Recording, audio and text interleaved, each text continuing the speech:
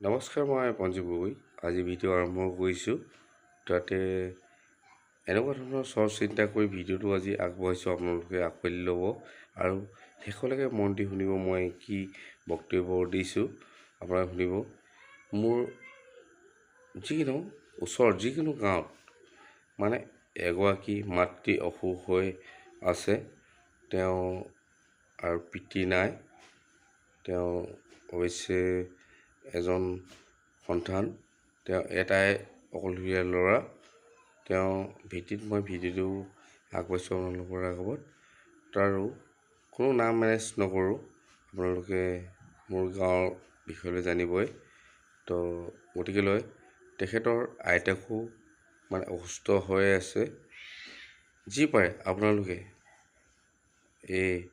তেওঁলোকক, যদি যোনে মোক চিনি পাইছে, যোনে ভিডিঅ'টো পাইছে, তেখেতক নিজ গুণে নিজৰ মাতৃ আইতা বুলি, আইতাকো মানে আজি 9 মাহৰ পৰা তেওঁ ভুক্তভোগী হৈ আছে। হয়তো মানে দুটা ভৰি একো চলন্ত কৰিব নোৱাৰা অৱস্থাত আছে আইতাক। তো নিজৰ মাতৃ আজি তেওঁ নিজে দেখাব নোৱাৰাৰ অৱস্থাত আছে। তো আজি মই কৈ কেনে আপোনালোক তেওঁ হয়তো এইকাৰণে আপোনালোকৰ বন্ধু বান্ধৱ কোনোবাৰ তেওঁলোকৰ আছে, মই মোক যিমানখিনি পৰিচয় মোৰ গাঁৱৰে হয়, নাম মেনেজ নকৰোঁ। আপোনালোকে তেওঁক সহায় কৰাটো বন্ধু বান্ধৱে আৰু গাঁৱৰ ৰাইজে, মই আজি পঞ্জীবকৈ অনুভৱ কৰি হাতযোৰ কৰি মই মোবাইলটো ধৰি আছোঁ, সেইটো হাতযোৰ কৰিব নোৱাৰিছোঁ। তো ৰাতি আহি মই বহুত দুখ বেদনাত থকাৰ বাবে আপোনালোকক গোটেই সমূহ ৰাইজক, গাঁৱৰ জ্ঞাতিক, তো যোনে যেনেকৈ পাৰে তেহঁতক বা আইতাকক নিয়াৰ ব্যৱস্থা এটা কৰক, যে মাতৃক যিখিনি আজি সংকষ্টত ভুগি আছে। এজনে ল'ৰা, তেওঁ চাকৰি নাই বাকৰি নাই। তো নাম মেনেজ নকৰোঁ। মই পুনৰবাৰ কৈছোঁ, যদি নাম মেনেজ যদি তেওঁ হয়তো কয় ভিডিঅ'ৰ যুগতে সকলো কাম আপুনি কৰক, যাতে ভিডিঅ'ৰ যুগতে মই ভাবিছিলোঁ, কল্পনা কৰিছিলোঁ যেনে যোনে প্ৰাপ্য দিব ভিডিঅ' এটা হ'ব, ছবি কৰিম। তো সেয়াও মোৰ সন্মত নহ'ল, মোৰ দুখ লগা। কিন্তু মোৰ গাঁৱৰে নাম আপোনালোকক নকওঁ, আপোনালোকে যদি গাঁৱৰ জ্ঞাতি হয় তেখেতক নিশ্চয় সহায় কৰিব বুলি আজি মই ভিডিঅ' আপলোড দিম। আপোনালোকে ভৱিষ্যত তেনে কেতিয়াও এৰি নিদিব। কোনো হয় তাৰ চাকৰি একো নাই, দিন হাজিৰা কৰি ঘৰ পোহপাল কৰি নাই আইতাকক চাব, নাই নিজৰ মাকক চাব। তো গতিকে দুখ বেদনাৰ কথা। মই ছবি হয়তো দিবও পাৰিলোঁহেঁতেন, কিন্তু কোনোবা ব্যক্তিয়ে মোক আবদ্ধ কৰিলে, মনা কৰিলে। তো গতিকে মই নাম মেনেজ নকৰোঁ, আপোনালোকে নিশ্চয় জানিব। তো মই পজিটিভকৈ আজি ভিডিঅ'টো ইমানে কৰি মই বহুত দুখৰ পৰা কৈছোঁ।